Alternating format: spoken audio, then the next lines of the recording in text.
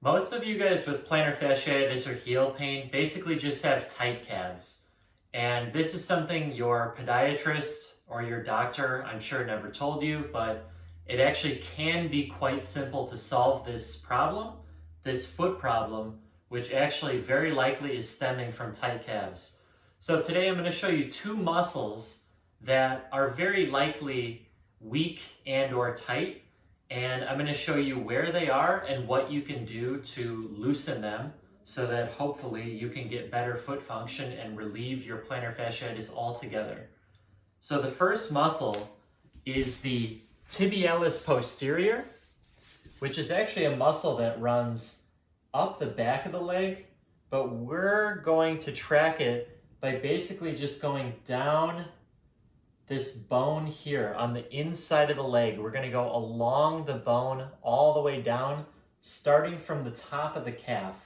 And basically what we're going to do is just use like some kind of little massage ball, preferably like something smaller that can kind of get in there. And all you're doing, this is myofascial release, I've shown it before in other muscles, is you're just going to try to get as close to that bone as you can. Try to like dig under there because you're targeting the muscle tissue. We don't care about the bone and we don't care about the big gastrocnemius either. We care about getting close to that muscle that's under the bone here. We're trying to get as close to that posterior tibialis as we can. Look for tender spots. So any spot that kind of hurts when pressure is applied, it's pretty much how you know that it's fascia that is not very healthy and it could use some releasing. So we're just going to look for a tender spot, and whenever you find one, hold the pressure down, kind of push in and up on it so it presses it into this bone here. We're going to use that bone while it's there, and we're basically just going to hold it, apply as much pressure as you can, nothing crazy. Hold it for like 20 to 30 seconds, release it.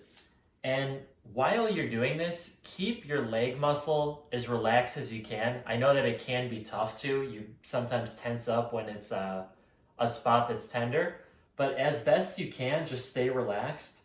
And you'll notice that if you get these tender spots knocked out, you might start feeling some relief pretty quickly. So that's the first one.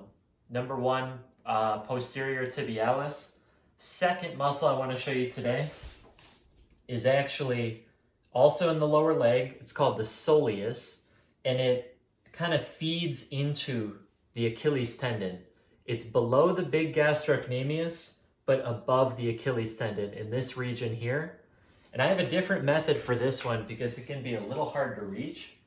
What I like to do, what I learned, and I used to use while I had plantar fasciitis myself, was I would take a foam roller, I prop up the affected leg here. If this is the foot that has plantar fasciitis, you put it on the foam roller, take your other leg, cross it over that affected leg, and you're going to do the exact same thing. The exact same thing we were just doing with the small massage ball. We're basically just going to do with our opposite shin bone here. It's going to push down on that soleus muscle, and we're going to look for tender spots.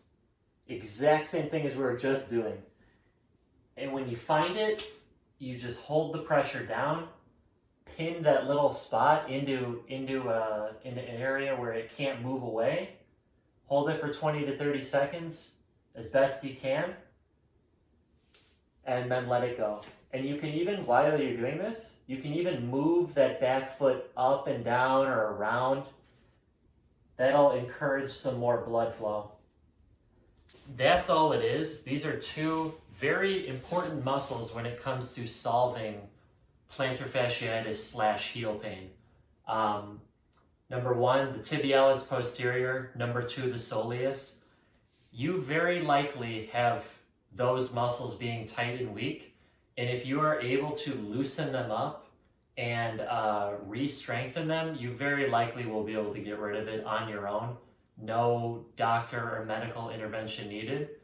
And that's what I've got for you today. I found that to be very important in my journey. So let me know how that goes for you in the comments below. Check out the description. I'm going to have my free plantar fasciitis guide in there for you. There's 7 steps. That should help you a lot too. And share this video because this is the kind of information that doesn't really get shared. We hear all the other stuff for plantar fasciitis that doesn't seem to work, but it's popular in the mainstream media, so that's what gets pushed around. But it's about time that real information like this gets pushed around. So share it with someone, let me know how it goes, and I'll see you in the next one.